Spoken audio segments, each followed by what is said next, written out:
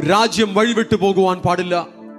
വാഗ്ദത്തം പ്രാപിച്ച ദൈവജനം, ന്യായപ്രമാണം പ്രാപിച്ച ദൈവജനം, ദൈവഭക്തിയിൽ അനേക പ്രവാചകന്മാരുടെ ഉപദേശം പ്രാപിച്ച തലമുറയിൽപ്പെട്ട ദൈവജനം, ഈ ജനം ലോകത്തിന്റെ വഴിയിൽ, പിശാചിന്റെ വഴിയിൽ പോകുവാൻ പാടില്ല. ഇവർ ദൈവത്തിന് മഹത്വം കൊടുക്കേണ്ടുന്ന തലമുറയാണ്. ഇവർ ദൈവത്തെ ആരാധിക്കേണ്ടവരാണ് എന്നൊരു എരിവ്, എന്നൊരു ഭാരം ആ ജനത്തെക്കുറിച്ച്, ആ തലമുറയെക്കുറിച്ച് ഏലിയാവിന്റെ ഉള്ളിൽ വന്നതുകൊണ്ട് ഏലിയാവിനായി ദൈവം സ്വർഗത്തെ തുറന്നു. മാത്രമല്ല, ഉന്നതമായ ആത്മീക അധികാരങ്ങളും ഉന്നതമായ ദൈവിക സാന്നിധ്യത്തെയും ദൈവം ഏലിയാവിന്റെ മേൽ പകർന്നു.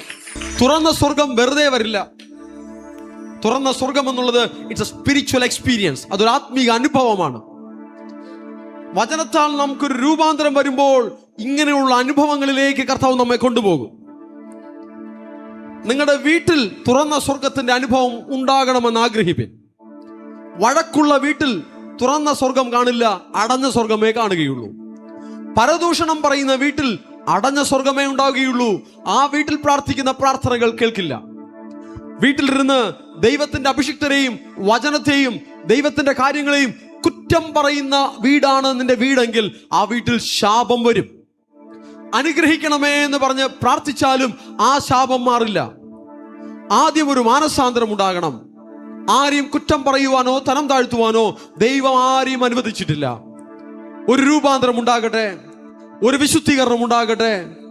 പ്രാർത്ഥനകൾ കേൾക്കപ്പെടണമെങ്കിൽ കുറ്റങ്ങൾ ഉണർന്ന് രൂപാന്തരം പ്രാപിച്ച് ദൈവത്തോട് ചേർന്ന് വരണം. പ്രാർത്ഥനകൾക്ക് മറുപടി ഉണ്ടാകും.